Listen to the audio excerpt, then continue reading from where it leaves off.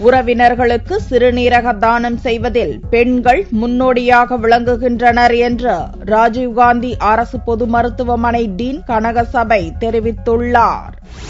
உலக சிறுநீரக தினம் ஆண்டுதோறும் மார்ச் மாதம் 2வது வியாழக்கிழமை அனுசரிக்கப்படுகிறது.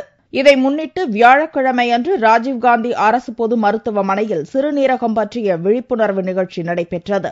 இந்த நிகழ்ச்சியின் போது 36 லட்சம் ரூபாய் மதிப்பீட்டில் புதியதாக கட்டப்பட்ட டயாலிசிஸ் அறையை மக்கள் நல்வாழ்வுத்துறை அமைச்சர் வீரமணி தொடங்கி வைத்தார். பின்னர் செய்தியாளர்களிடம் பேசிய டீன் கனகசபை, ராஜீவ்காந்தி அரசு பொது மருத்துவமனையில் 1987ஆம் ஆண்டு சிறுநீரக மாற்று அறுவை சிகிச்சை தொடங்கப்பட்டது முதல் இதுவரை 1060 சிறுநீரக அறுவை சிகிச்சைகள் நடந்துள்ளதாகவும், சிறுநீரக தானம் செய்வதில் ஆண்களை விட பெண்கள் முன்னோடியாக திகழ்வதாகவும் தெரிவித்தார். இந்த மருத்துவமனையில் 1987 முதல் இதுவரை 1060 கிட்னி டிரான்ஸ்பிளான்ட் பண்ணியிருக்கிறோம்.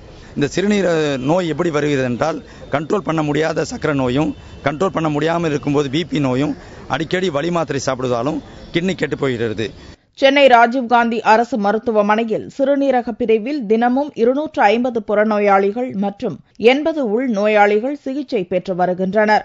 சிறுநீரகம் மாற்று அறுவை சிகிச்சை செய்து கொண்ட நோயாளிகளுக்கு இம்மருத்துவமனையில் தினமும் 200 ரூபாய் மதிப்புள்ள மாத்திரைகள் வழங்கப்படுகின்றன. இதை அவர்கள் வாழ்நாள் முழுவதும் உட்கொள்ள வேண்டும் என்றும் கனகசபை தெரிவித்தார்.